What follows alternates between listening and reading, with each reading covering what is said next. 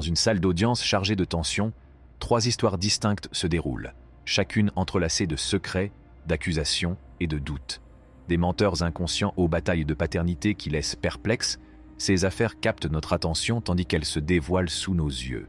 Entrer dans un monde où les relations sont mises à l'épreuve, où les expériences passées sont révélées et où les preuves scientifiques sont la clé pour découvrir l'indéniable vérité. Préparez-vous à plonger dans des affaires passionnantes qui mettent en évidence la complexité des relations humaines et le pouvoir de la révélation de la manière la plus inattendue qui soit. Les menteurs les plus inconscients du tribunal de paternité. La tension dans la salle monte progressivement lorsque M. Butterfield s'avance, expliquant avec passion sa conviction que la petite fille en question est bien sa fille.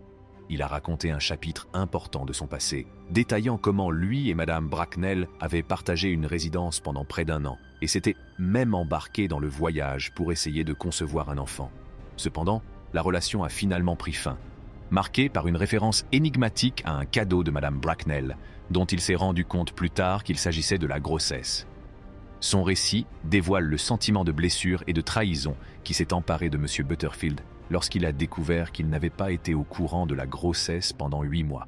La révélation de son absence lors de l'accouchement, remplacé par un autre homme qui coupait le cordon ombilical du bébé, a renforcé son sentiment de déception et de chagrin d'amour. De l'autre côté de l'histoire, Madame Bracknell a raconté sa version des événements, donnant un aperçu de sa prise de conscience tardive de la grossesse. Elle a attribué son ignorance à des règles irrégulières, mettant en lumière les complexités qui ont contribué à ceux qu'elles ne reconnaissent pas les signes. Sa conviction que M. Dallas était le père reposait sur les attributs physiques communs à ses autres enfants et à la petite fille. Lors de la présentation de son témoignage, M. Dallas a utilisé un calendrier pour esquisser une chronologie des événements, en soulignant les dates de naissance de leurs précédents enfants. Il a utilisé ces informations pour réfuter la probabilité de la paternité de M. Butterfield. En réponse, M. Butterfield a révélé qu'il avait poursuivi sa relation physique avec Mme Bracknell jusqu'en octobre, remettant ainsi en cause l'exactitude des dates fournies par M. Dallas. Au cours de l'affaire, M. Butterfield a dévoilé un aspect intrigant, à savoir qu'il avait découvert la grossesse par le biais d'une publication sur Facebook, montrant sa fille avec sa tante. Cette révélation a déclenché une discussion sur les antécédents présumés de Mme Bracknell en matière de dissimulation de grossesse, une tendance que M. Butterfield a perçue. En outre, il a lancé des accusations d'infidélité au cours de leur relation. Sans se laisser décourager, Mme Bracknell a fermement maintenu que M. Dallas était le père et a affirmé qu'elle était restée fidèle tout au long de la période concernée. Sa croyance inébranlable en la paternité de M. Dallas s'est heurtée aux affirmations de M. Butterfield. Le point culminant de l'affaire a été la présentation des résultats des tests ADN. Le suspense dans la salle s'est amplifié lorsque le tribunal a révélé la vérité.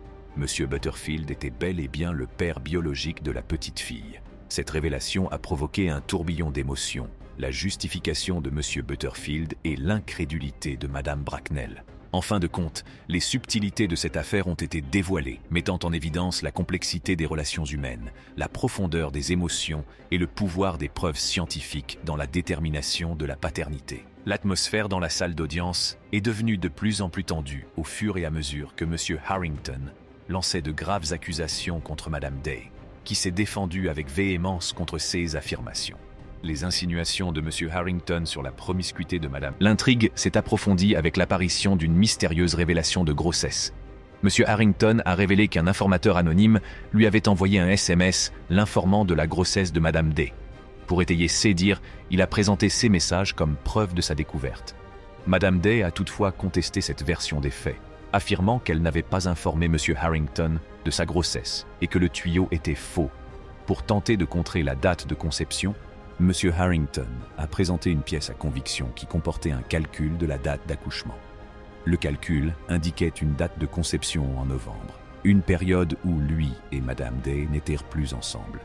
Mme Day a d'abord maintenu fermement son affirmation selon laquelle M. Harrington était bien le père, mais son témoignage a commencé à vaciller, révélant un sentiment d'incertitude dans sa position.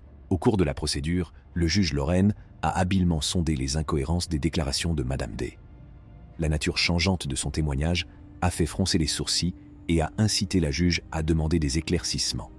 La position de Mme Day a oscillé entre une confiance inébranlable dans la paternité de M. Harrington et un soupçon d'espoir qu'il ne le soit pas. Le suspense dans la salle d'audience s'est intensifié alors que tout le monde attendait le dévoilement des résultats cruciaux des tests ADN. L'assurance de Madame Day semble vaciller, mais elle insiste sur le fait qu'il n'y a qu'un seul autre prétendant potentiel au rôle de père. L'incertitude entourant la vérité planait sur la salle.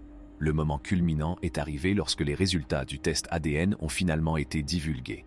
La révélation que M. Harrington n'était pas le père biologique de l'enfant a provoqué une onde de choc dans la salle. La vérité est apparue, mettant en lumière la complexité de la situation et soulignant la nature délicate des incertitudes en matière de paternité. En fin de compte, l'affaire a mis en évidence la dynamique complexe des relations, les rebondissements imprévisibles du destin et le rôle que jouent les preuves scientifiques dans l'établissement de la vérité. L'atmosphère de la salle d'audience était chargée d'émotions fortes lorsque M. Wilson a pris la parole pour expliquer pourquoi il croyait fermement qu'il n'était pas le père de la fille de Madame Dean. Il a raconté qu'il avait été trompé par plusieurs femmes dans le passé, ce qui l'avait rendu méfiant et sceptique. Dans son témoignage, il a souligné qu'il avait déjà parcouru ce chemin incertain, un chemin de fausses affirmations et de doutes sur la paternité. Il a reconnu avoir signé l'acte de naissance, mais a révélé qu'il se sentait déconnecté de la situation. Il a exprimé sa frustration face au manque de cohérence et de communication claire de la part de Madame Dean. Madame Dean a répondu par une détermination tout aussi fervente. Elle est restée sur ses positions, affirmant qu'ils avaient partagé une relation intime pendant la période en question. Elle réfute les doutes de M. Wilson et maintient qu'il est, sans aucun doute, le père biologique de son enfant. Elle l'accuse de se soustraire à ses responsabilités et met en doute ses intentions de s'éloigner de leur enfant. La tension monte lorsque Madame Dean révèle une information importante, à savoir qu'ils ont planifié ensemble la naissance de l'enfant. Elle a décrit des moments intimes qui avaient renforcé leurs liens et leurs intentions. Elle a brossé un tableau des espoirs et des attentes qu'ils partageaient pour leur avenir en tant que parents. Le contraste était saisissant avec le scepticisme de M. Wilson, révélant la grande différence entre leurs points de vue. Alors que le drame se poursuivait au tribunal, M. Wilson a révélé que ses doutes sur la paternité s'étaient renforcés lorsqu'il avait remarqué l'apparence physique de l'enfant. Il a déclaré qu'il voyait plus de ressemblance avec l'ex-partenaire de Madame Dean qu'avec lui-même. Ces doutes semblaient le ronger, jetant des ombres sur son lien avec l'enfant.